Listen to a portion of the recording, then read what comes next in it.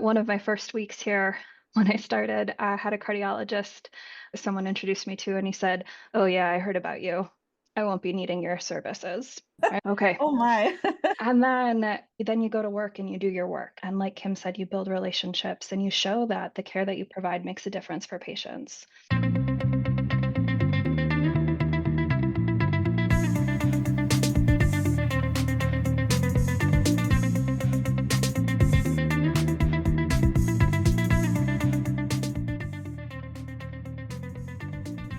Hello and welcome to a very special episode of the CFHA Podcast. Today we have some wonderful guests in store for you. We'll be talking today with three amazing clinicians whose flavor of integrated care is in the specialty setting. We talk a lot in integrated care circles about primary care, and that's one setting where integration is happening, but a lot of cool things happening in the specialty care arena. So can't wait today to introduce you to some wonderful clinicians that are doing this work in the trenches day to day. I'll have everyone introduce themselves if that's okay. We'll kind of have a conversation. So going around the room on my screen, first I have Dr. Kim Smolderen. Hello, everyone. I'm glad to be here. I am a professor of medicine and psychiatry. I'm a clinical psychologist by background, and my specialty area is cardiovascular disease. And so I cover the integrated psychology service at the Yale Heart and Vascular Center and cover the whole spectrum of cardiovascular disease. So glad to share more of my experiences within this podcast today. Awesome. Thank you, Dr. Smolderen. So good to have you here. Brief aside, is your mic, can you turn up your volume a bit on your microphone? I just want to make sure we got a good audio for your beautiful. No, I have been issues with my Zoom thing. So you're good. Is it helpful if I come closer? Because yeah, maybe just a little closer. Don't feel, I know I'm always doing this too. I guess my forehead, but yeah. I haven't figured it out, but something has changed to the settings. So yeah. No sweat. Okay. Again, then we'll just do that aside and jump back in. Okay. Sounds good. All right. Next around the circle, we have Dr. Jonathan Deiches. Hi, I'm John Deiches. I am a psychologist with WVU Medicine and an assistant professor at the West Virginia University School of Medicine. My specialty area is metabolic health. So I work as the lead psychologist in our metabolic and bariatric surgery program. And then I also work in our clinic called the Center for Diabetes and Metabolic Health, which is a diabetes and obesity medicine clinic.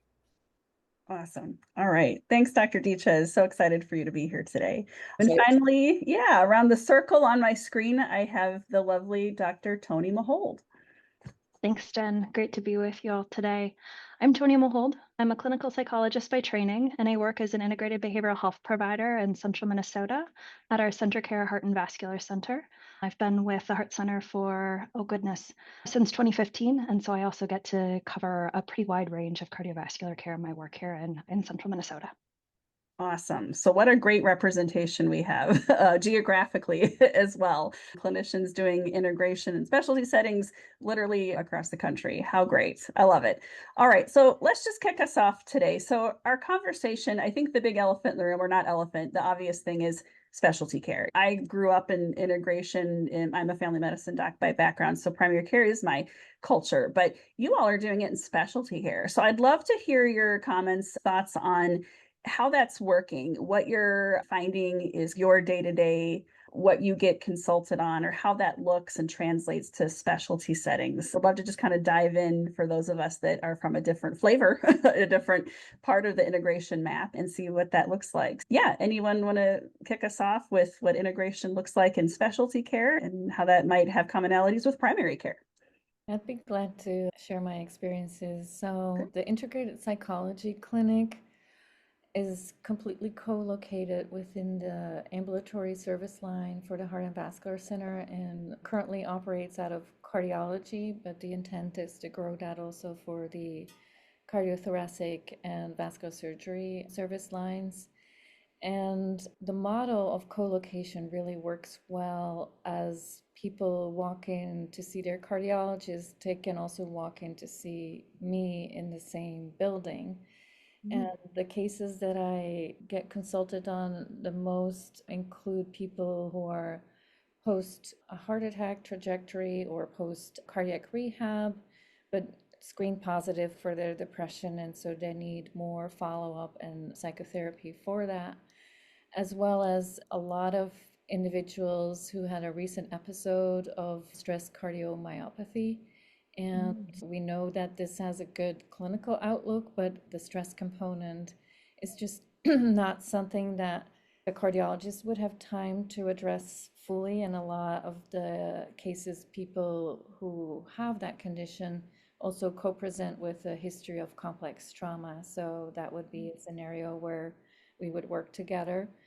People who have a device implanted, who had shocks and developed PTSD, that's a very common scenario.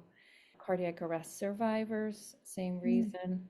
And a lot of women who are postpartum and have dealt with preeclampsia and want to work on stress management to control their hypertension. These are just a couple of examples of, the referrals that I'm getting. Wonderful. Yeah, some of those day-to-day things that land on your plate. I love it. Thank you, Dr. Smolderen. That's great. Dr. Mahold, what are your kind of most common consult scenarios in your clinic where you practice? Pretty similar to Dr. Smolderen. Yeah. Our cardiology clinic is actually based in our hospital campus. And so in addition to clinic-based services, I do get to do some inpatient consults as well, which can help with some of that continuity of care. So I might see someone after they've had an open heart procedure and then follow up with them in combination with their surgical follow-up visit. And then I might see them again in between when they've seen CV surgery and then before they get back in to see cardiology. Sometimes I may see them as a part of alongside their cardiac rehab program as well. So with everything on one campus location, there gives lots of opportunity for collaboration based on where someone's having most of their contact with care at the moment. Wow, that's wonderful. So even embedded and integrated in the inpatient teams for cardiac service. That's amazing. I love that. Very cool. All right. Yeah, John, how about with your day-to-day? What are your common consults? What's thrown at you on the regular? Yeah, so I think bariatrics may be a little bit interesting in compared to some of the other specialties in that every single patient that comes through our bariatric surgery program has to have at least one visit with behavioral health. That's due to insurance requirements and also our professional association, ASMBS, clinical guidelines also recommend it and is required for accreditation. So what I always tell the patients when I see them the first time is that just like everyone else on the team, the surgeons and the physicians and the obesity medicine doctors and the dietitian, our goal is really just to make sure that surgery is going to be safe and successful for them. And my job is to figure out what we have to do to make sure that happens. And so I think what I am mostly getting into is that contextual interview or that psychosocial context with people. That's what I mostly bring to the team, I would say. I dive into their work and their relationships and their stress and their healthy habits and all kinds of stuff and just figure out how we're going to help them be successful and safe before the surgery, after the surgery, just make sure we know how to support them on their journey. With the diabetes and obesity clinic, for the patients who are not in our surgery pipeline, I think my work looks a little bit more like the other specialties or like primary care where I get tagged in, but I'm not always involved in every single care. And I would say that really takes two main forms. One is the more typical behavioral health, psychosocial things. If somebody has depression that's getting in the way of them managing their diabetes care, or they're going through a divorce, or they're going through grief, or whatever it might be that's going on for somebody where they need behavioral health support, then I get tagged in and then I'm looking at that issue going on, but then also how that fits in the context of their metabolic health as well. And then eating disorders. Oftentimes I'll get a message from a doctor that says something along the lines of, this patient's relationship with food needs work, or this patient really needs help with their relationship with food. And then my job is to dive in and find out actually what's going on and how to support the care in that way. So I think two different answers for my two different worlds there, but they're both really, really fun to be doing that integrated care. I love it. I think what I'm hearing in commonalities when you all describe your practice settings is really advanced and beautiful interdisciplinary team care. You're really an exemplar of like, this is what it looks like to have numerous background clinicians working in medical teams. That's huge. I wonder if you could speak to any of you experiences around, was that always the case? I'll date myself. I finished residency in 2010. So I'm 16 years out as a real doctor. I'm thinking back to like clerkships and rotations in cardiology or surgery. I don't recall having behaviorists in those clinic teams. And again, I was a newbie student, but do you feel like, is this a newer approach? What's that been like to be the behaviorally trained clinician on some of those medical teams? Warm welcome, a bit of who are you and why are you here? I hope not. But I'd be curious to hear your perspectives on truly joining those medical teams and what that culture has been like in your journeys in integrated care. So long question. Anyone want to take that one?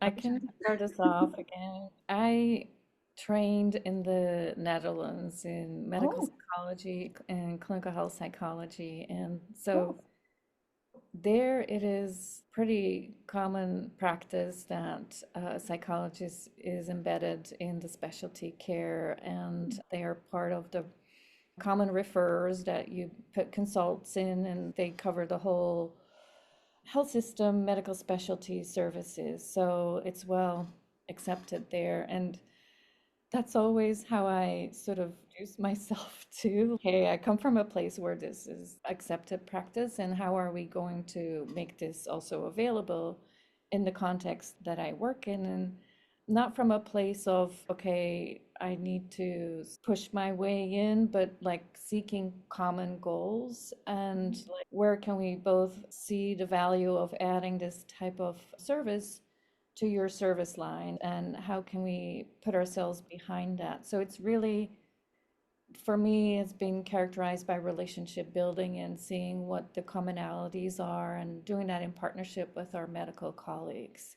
And that's one of the joys of developing programs like that, and then building up that almost like camaraderie with your medical colleagues. Okay, we understand each other, we know what the issues are that you are dealing with, and how our services can help alleviate some of these care needs and burdens on your time. So that's more of the background. And I think, yeah, by being vocal about this example, I increasingly get connected with colleagues like Toni in the field who have that shared experience. Yeah. So I think it's becoming more and more mainstream. Excellent, excellent. Anybody else? Yeah, I'd agree with Kim. I think the understanding, particularly within the cardiovascular world, has been longstanding, right? Longstanding understanding of how behavior and stress and personality impacts our heart. I think where we're in a really cool place in our field is how can we bring these areas of expertise together in an immediate way to support and serve patients. And I think as I reflect on my time here, like in many scenarios when we talk about primary care behavioral health implementation, we have early adopters. We have people who right from the get-go were excited to collaborate and saw the benefit for their patients and wanted it yesterday. And then we have some folks where it took a little bit longer for them to be open and interested to involvement in care. One of my first weeks here, when I started, I had a cardiologist someone introduced me to, and he said, "Oh yeah, I heard about you. I won't be needing your services." Right? Okay. Oh my. And then you go to work and you do your work. And like Kim said, you build relationships and you show that the care that you provide makes a difference for patients. I think it was a year or so later, and someone circled back to me and said, "Hey, put in a consult on this patient on the inpatient unit, talk to Dr. And Dr. who was the provider I'd been introduced to right away or early on in my time here said, "Yeah, I think that's a really good idea. I think most people can really benefit from talking to Toni." You show up, you do the work, you build the relationships. Whether you're in specialty medical settings, whether you're in primary care, you do the work and the work speaks for itself. That's such a cool example of the maybe reluctant adopter on the curve turning out to be a champion. But yeah, had to see it in real life, see it in practice, and see the benefit of having that interdisciplinary team and the behaviorally trained clinician right there by their side medically. That's awesome. John, what's it been like you to bridge that gap of medical to behavioral reluctance? Thanks for being here. What's it been like for you? Yeah. So I guess it's going to be a theme for me. My two different clinics are two different stories. So in the bariatric surgery world, I am not a pioneer. Psychologists and behavioral health providers have been integrated in some way for a couple of decades now.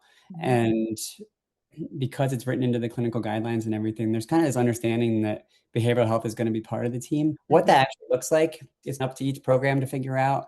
Some people contract out to private practice psychologists, other people actually embed them on their team.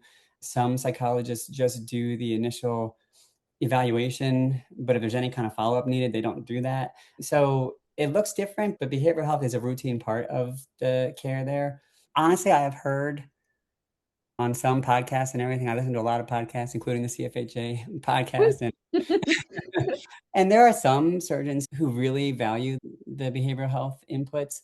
And there are some who are open, unfortunately, about saying maybe it's not something that we need to do for every patient. And so there's different opinions across the surgeons. Sure. I'm very fortunate that the surgeon that I work with has always been really supportive and a big champion of behavioral health as being part of the program. The Center for Diabetes and Metabolic Health was a different story. So we started that in 2017. I was on my fellowship, so still newer in my career as well. And we kind of had to learn together about what my role was going to be and how I fit in. We had an endocrinologist who started the clinic, and she knew she wanted behavioral health to be part of the picture, but we didn't have a model to work from or anything. There were a couple of instances that really, I think, helped, though. The eating disorders, number one, was my quick in, because the doctors just wanted help with eating disorders, and they were coming up pretty frequently. And so that was an easier referral to tag me in. We had a pediatric obesity doctor who was seeing a lot of families who were struggling with picky eating, and tagged me in and said, hey, let's figure this out together. And we came up with a protocol for that. So that's how we started finding our groove together. And then as we all got comfortable together, then it became more routine to just tag me in for other things. Hey, this person's struggling with stress or depression, or we had a few of our doctors who really, anytime they had the topic of PTSD or anything came up, that was hey, we're going right to John to talk about this because I'm not qualified to dive into this world. And so there was some upskilling that could happen there as well. But I would say the eating disorders, the picky eating, those were the things that really helped us find our way. And then a few years into it, I got introduced to the PCBH model, what I was doing, because even though it's not 100% matched to, because I'm not in primary care, I did work in primary care for about 4 years. But there were so many good pieces of the PCBH model that I could pull and inform what I was doing and have kind of a North Star for it. And I think that made a huge difference as well. That's so fascinating. And I think John and Toni, I believe your session at the conference last year was the Should We Gather? Was that last year's conference, your topic? Yeah. So for the listeners, PCBH, Primary Care Behavioral Health Model, is a model of integration. GATHER is an acronym that's commonly used to describe the responsibilities and the clinical mindset of the behaviorist, the BHC, Behavioral Health Consultant on a PCBH team. So acronym GATHER. G is generalist, A, accessible, T, team-based, H, highly productive, E, educator, and R, routine. So I'd love to hear, is GATHER translatable in specialty settings in your point of views? Again, PCBH, more primary care setting.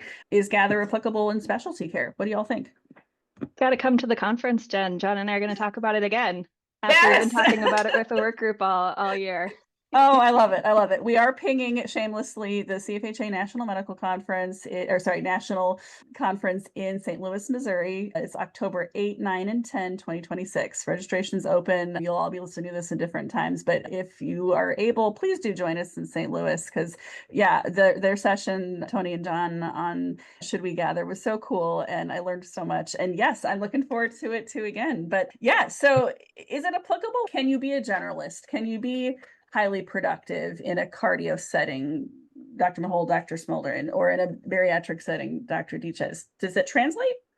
Yeah. So we've been spending the Our little working group that we created back in February, spending the entire last, man, I have to do math on a podcast now. Or maybe that was 6 months, 5 months, whatever it's been that we actually were focused on this. We got through 5 letters of the Gather model so far. I'll say that way. Wonderful. Yeah. And I would say in a lot of ways it is applicable. There are definitely some differences. So I think a lot of those of us, not that I'm going to speak for everybody in specialty care, but we do see ourselves as specialists. We have a pretty unique skill set that Toni and Kim know more about cardiovascular care than most psychologists on the planet. And I know more about metabolic health than most general psychologists. And a lot of what we do is related to that, but we also are getting pulled in to do the general clinical psychology work as well. So I think we're functioning both as generalists and specialists at the same time.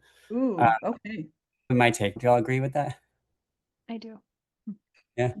Yeah, you got to know what the cardiology, the clinical pathways, and what the latest evidence and what the experience is being on that side as a patient. You really have to have that deep understanding. So in that sense, it's specialized.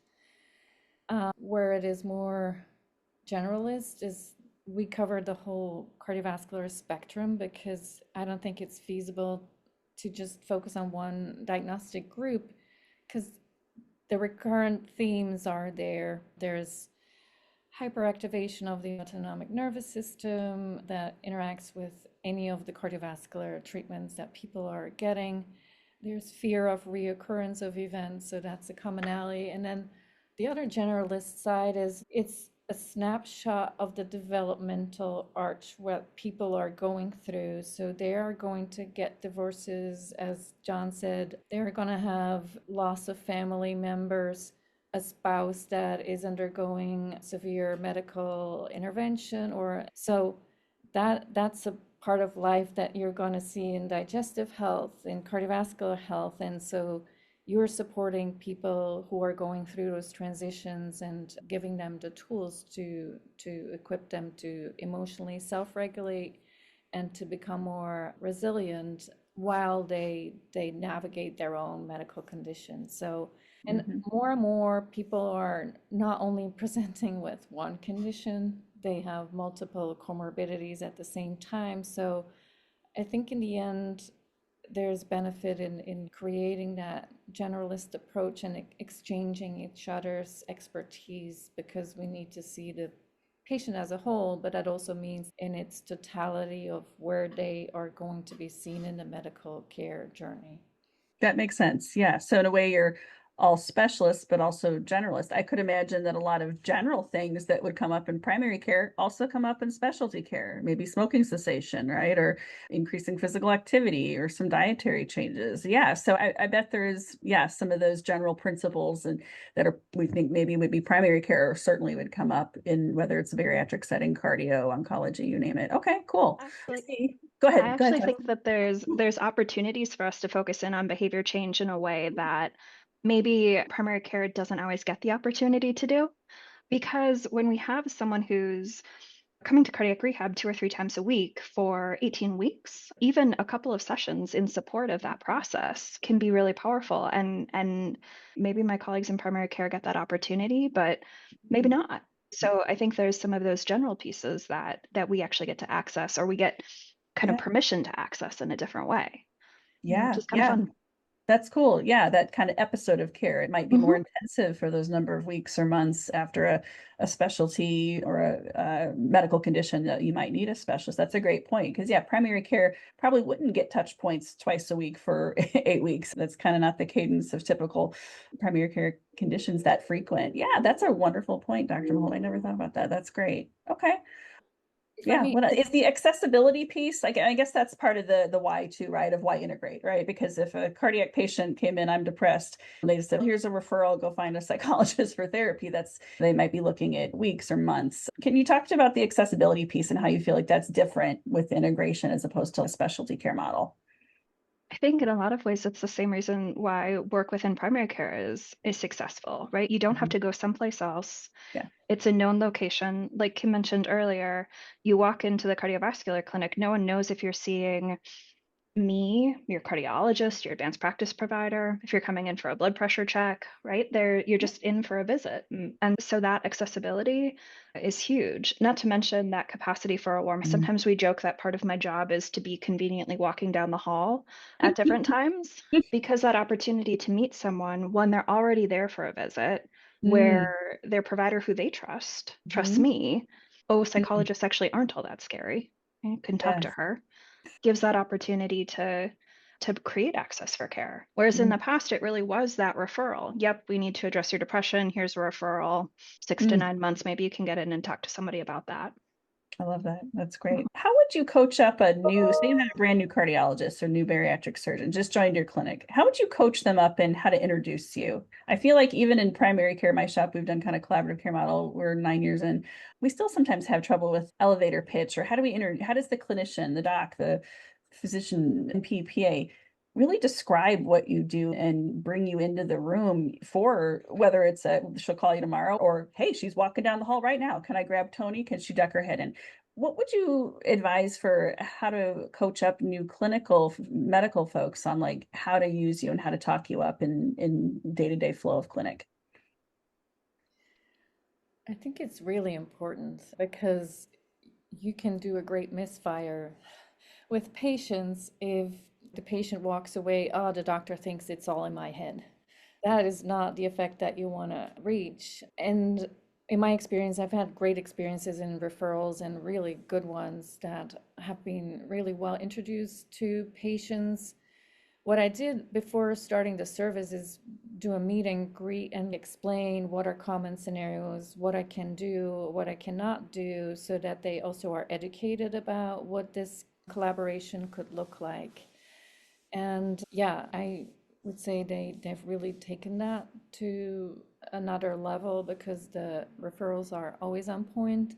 And it destigmatizes also when it's introduced, okay, this is as part of your cardiovascular risk management. Most of my patients have never seen a therapist before, but because they are now in a crisis mode, they've experienced their first heart attack unexpectedly, they're ready. They're ready to change their lives. And so they just need that nudge from their cardiologist. I agree. I think I get called lots of different things as a title, but the core message about this is a member of our team, right? This isn't something that's just happening to you. This is common for cardiovascular patients. And not only is it common, there's things we can do to help make it better, right? And when it's presented in that way, it's much more accessible. I also do a lot of my work with health behavior assessment and intervention codes, particularly as we're starting out. So I might meet somebody with their cardiovascular diagnosis as the primary reason for that initial visit until we can clarify, is there actually a behavioral health diagnosis here? And so I think that entry point also makes it easier for folks. If there's not a diagnosis, they don't get another diagnosis, and they can still maybe work with me for a visit or two if needed. Yeah, in the bariatric surgery world, this is a common discussion topic because I think the opposite of what I want. I do not want patients to see me as a hurdle that they just have to jump over to get to bariatric surgery. And so we've had a lot of talks about how to incorporate behavioral health as part of the program. And maybe it's my bias because I grew up playing sports and I coached my daughter's soccer team, but I really like the word teammate. And so I have said, introduce me early in the process. Let me see them. Sometimes the ramp up towards bariatric surgery can be a 6-month process with all of the pre-surgical work that a patient has to do. So I want to meet a patient in month 1, month 2, and I want the surgeon to say, the dietitian, the psychologist, they're your teammates on this journey to make sure that you're successful. The surgeon says, I'm gonna do the procedure, and that's a big part of it. But what the patient does is also a huge part of whether or not they're going to be safe and successful in the program. And I think people like to feel like they have teammates on the journey. And so I like to consider myself a teammate. I really like that word. So that's how I've discussed it and framed it, that I'm not this person who's just going to check a box, yes or no, you can have surgery, but I'm a resource for you and I want to meet you right away. And maybe you don't need me right now after that initial visit, but 2 years from now after surgery, maybe something changes and I want you to be able to come feel comfortable seeing me. One of the things that came up in our work group meeting that I thought was pretty interesting, and it may be different than primary care, it's different than the primary care clinics that I've worked in, is this idea that we are a program. And we're a program designed around managing a chronic condition. And so that there's kind of this orientation to the program. A lot of the people in our group talked about how you come in for your initial visit and you meet the team, you meet the behavioral health provider, it depends on what kind of clinic it is, but you meet the dietitian, you meet the physical therapist.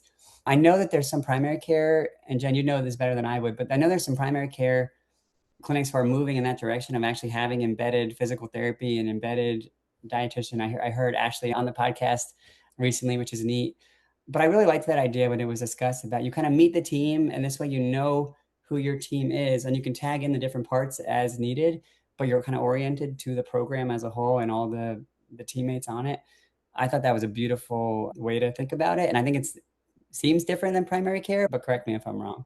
No, absolutely. I think most primary care settings are working toward that level of interdisciplinary team, and many are not there yet. But I think what a lot of what you're hitting on, I'm hearing a lot of is the routine. Like, this is the team. It is part of how we do good medicine here, day in, day out. I think sometimes what I see where we struggle a bit in primary care is othering of integration, like it's still a referral, right? Oh, I'm doing primary care, but I might add in a behaviorist if needed. And we're really trying to help, at least in my neck of the woods, my shop, clinicians think of like the team is the standard. It is the routine. It is day-to-day bread and butter, just like having your nurse or MA as someone that interacts with your patient every single encounter. We want to work toward a mindset of the behaviorist is too. It's not a nice to have, but an essential piece. This is how we practice good medicine every day, every patient. But it takes work, right? That didn't happen overnight, I'm assuming, right? Y'all had to, maybe depending, and I love the examples of different stages of integration. Dr. Smolderen with your example of training in the Netherlands, John with bariatric, oh, it's always been there, but in some ways you're a pioneer. I think that's just so speaks to integration, is every system's in its own stage of development. And sometimes we're pioneering things. We can change jobs and then we're plunked in a setting where it's like, no, we've always done integration for 20 years. So it's always fluid, right? Just that developmental stage of team-based care integration. But that's part of the messy and fun joy of integration, is that you get to do a group project, right? And navigate some of those journeys. That's wonderful. Awesome. All right. Very good. So let's say you had a clinic that had no integration. Say they practiced on Mars and they flew into Earth and they're like, okay, I do cardiology. What is integrated care? Where should they start? If you were going to give somebody like just listening, maybe they've heard of integrated care and they're a cardiologist. That sounds interesting. Where would you recommend people get started if they're completely in the driver's seat of, all right, starting from ground zero? What would be your recommendations in the beginning of that journey? It's an interesting question. One of the pieces, and I want to reserve the right to give a more thorough answer as I think about it. But one of the things that came up during our group, I think it was during the T conversation, the team-based care conversation, was that there's a lot of integrated, and I'm putting quotes if people are on the podcast, integrated care being done where the person's not even on site and not even having a space in the clinic, because a lot of healthcare is focused on space utilization and growing the provider base, and the behavioral health provider is not always prioritized as let's make sure they have a space. I think it's really hard to do the best integrated care when the person doesn't even have a space in the building to rub elbows with everybody and chat. I think that if I was starting, I would start there, is saying, let's have an actual seat in the bullpen or in the charting room where the behavioral health provider starts to actually show face and is recognized as part of the team. You can have those chit chats about your kids and your weekend and everything. Mm-hmm. It gets so much easier to actually work together once you're, like we talked about the R and routine, like a routine part of the team. If it's just this person in another building who I have to tag in when needed, it just doesn't happen as much. And it's not as smooth. So I don't know if that's the answer you were looking for. But no, that's huge. That's huge. You got to start thinking with, okay, where are we putting this person? Infrastructure. Do they have a nook? Do they have a spot in the charting station, an office, door, no door? Yes, all the things. Okay. I love that. That's fantastic. I big an issue of ours too. Yes, space is a premium, right? Healthcare, time is money, space is money. And you have to fight for that, right? Or advocate for, no, this is an essential piece. They need that space. And these things are tough in healthcare. That's totally true. Toni, what would be your jump off point of job one? I think building from what John was talking about, one of the other pieces that came up in our work group conversation was, how do you measure success? And we all know about productivity, right? We all know it's important to keep doors open, but Mhm. what is the measure beyond productivity and beyond having just a stacked schedule that's going to show that we're successful? Because that works us against integration, right? If you want me to sit in an office and see 8 patients for 1 hour all day, every day, I could do that, but frankly, I'm not going to stay in the job very long because that's not the kind of work I want to be doing, right? But that's what's going to hit the RVU metrics a lot more quickly. So finding other markers in my system, access is one of the key metrics that we look at. And so I think we have to have buy-in from high enough up the health system food chain to say that yes, beyond just the RVUs, it's going to be a way that we show success. So true. We could talk metrics. That's episode 2 when you all come back next month. But yeah, Dr. Smolderen, what's your kind of grassroots start here when you're getting things going? What's your perspective? I would agree with everything what Toni and John have said and say you just got to show up and keep telling your story over and over with the same passion, not in an annoying way, but in an enthusiastic way. And then find out who are the key players in leadership who you can tell the story to. And if you tell it enough times and then show up and go do it and build a pilot, then they'll see the results and then they invite you to the table to talk about, oh, what have you been doing? Oh, this is great. Oh, this person stopped their alcohol use and now is making all these health changes, and wow, we didn't never thought this was going to happen. So you have the real stories to back it up, and people are going to stand behind it and support you to help grow it, because it's more than you, what you deliver. It's beyond you. It's what you can bring to this community. People recognize it, it is valid, it is needed, and they will help support you to bring it to the next level. So Yes. but I couldn't agree more with the co-location part. I think that's part of the relation building with the people on the floor, the MAs, the front staff, the doctors, all of that. They are part of that community, and you're trying to build a healing system, whether it's in cardiology, whether it's in digestive health. We all want the best for our patients. So true. Oh, I love this. Absolutely. Maybe we could wrap it up with just a final thoughts on where we go from here. What would you like to see in integrated care in your specialty, in the larger fields? Say you could zoom forward 10 years, 20 years. How will you know that integration is successful? What kind of things would you be seeing in the world that you envision manifesting for the future for this field? We'd just love to hear where your brain goes for what the future looks like for all of us. I think a combination both of broad and specific work. So the work that CFHA is doing across specialties, I think is really exciting. And I think for that to be a bit more common will be really wonderful. But I think also the specialty specific work like that Kim is doing with American College of Cardiology and some of those. So we have both best practices for individual specialties as well as those broader understanding of what does it look like to practice in medical specialties. And then I think increasing exposure to this within graduate school curriculums. I think primary care behavioral health is starting to make a little bit more of a dent into some of the curricula, but I would love it if it was spoken about more broadly about the ways that we can support health within our communities and within our healthcare systems. Love that. Yeah, one of the things that our work group is geared towards is seeing if there is a model that makes sense for across specialties. Like Toni was saying, we may find that each specialty kind of needs its own model because there's enough differences. But that idea of having a playbook to that new clinics are starting out and can just pick it up and say, okay, this is what people have done before and this is what works, is such a gift that we're trying to provide to the specialty integrated medicine community. I'm not sure exactly what it's going to look like yet, but that's where we're running through this idea about finding a model that kind of applies to the specialty setting. And then my hope, and I think the CFHA shares this hope, and this is why we're having this talk, is the routine part. I always come back to that about just making it more routine. This idea that the focus on whole person health is just what we do.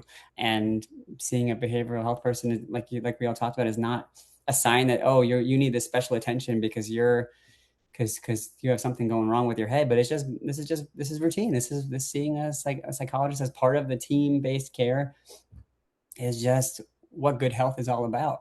And there's no reason why that wouldn't apply to the specialty settings in addition to the primary care. Anybody on a journey managing their chronic condition knows that the mind work is a big part of it. And there's no reason why that has to be stigmatized. That's just normal. That. I think, the number of integrated specialty services will only increase to develop.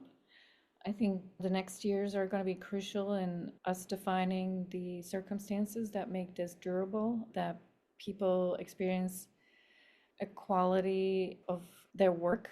I mean, like life-work balance, because as Toni alluded to it, we are in a healthcare environment where more RVUs is better. And so the type of services that we provide, that doesn't work that way. We are best in, like, we have ourselves as a tool to show up, so we can't really squeeze until there's nothing left. So I think it's us who helped shape this field and start growing that also need to invest in advocacy. What are the right circumstances to keep offering this type of work? Training the next generation, and then really realizing that it's beyond the one-on-one work that we are doing. It's population health management, and how can we be seen in that environment and recognized for what we have to offer. And I would like for us to grow more into health system leadership that can co-design system approaches, like really the bigger picture. So I would like for us to use the experience in doing the field work on how to design systems of integration. So I think that will be very valuable in making this more sustainable in a value-based healthcare context.